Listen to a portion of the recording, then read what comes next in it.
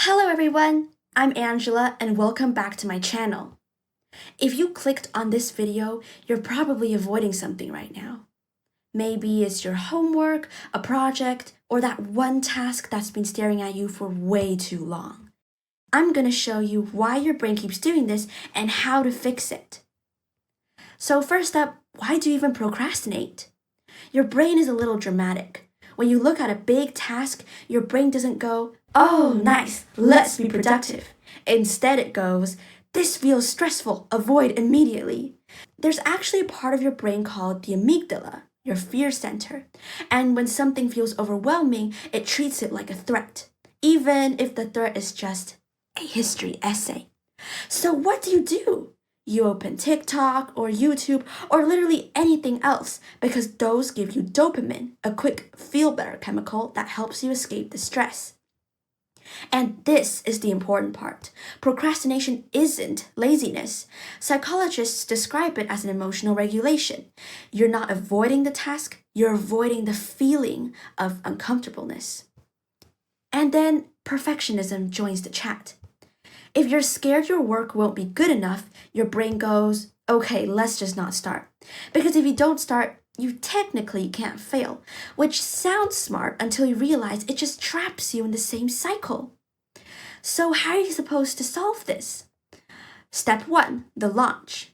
The hardest part of any task is starting, so we're going to make it stupidly easy. First of all, you can try the 5-second rule. The moment you hesitate, go 5, 4, 3, 2, 1, and move. It works because you interrupt your brain before it overthinks, basically forcing it out of the emotion mode and into action. Second, you can try the 2-minute rule. Don't try to finish the task, just do it for 2 minutes. Like, instead of telling yourself you're going to write an entire essay, tell yourself to just write 1 sentence or open that file. That's it. There's actually a psychological effect where your brain hates unfinished tasks. So once you start, it kind of nudges you to keep going. And third, change your environment. Put on your productive outfit. Sit at your desk. This is called behavioral priming. Your brain takes cues from your environment and goes, "Oh, we're working now." Step 2, the execution. Okay, now you've started. Let's not lose it. Here's where people mess up. They give themselves way too much time. There's something called Parkinson's law. Work expands to fill the time you give it. So if you give yourself a week, it magically takes a week.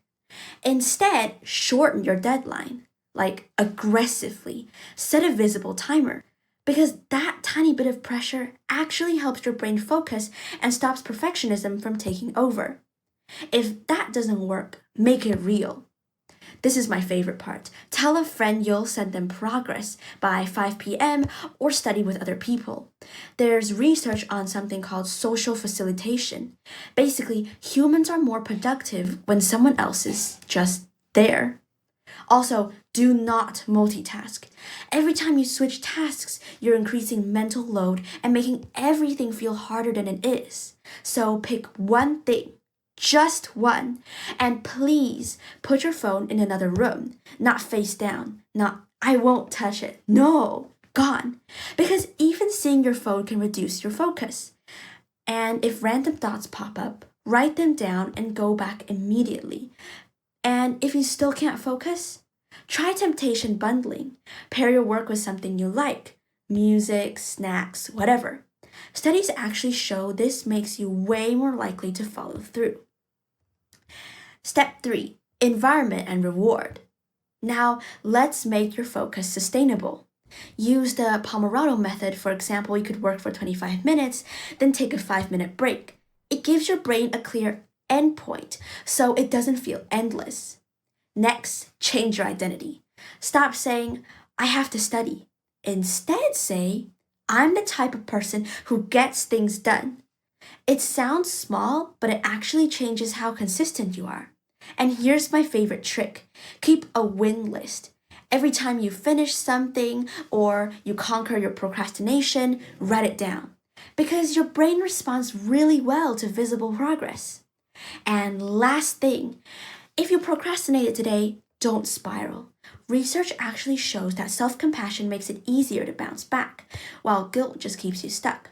Instead of getting burdened by it, learn from the past and use it to fuel your future. Look, no one is perfect. Everyone procrastinates. But the difference is whether you stay stuck or start again. So here's your challenge. After this video, pick one task, do it for 2 minutes. That's it. And if you're brave, comment below what you're about to do, because stupidly easy starts turn into real progress. Thank you so much for watching this video, and I hope you found this helpful. See you in the next one.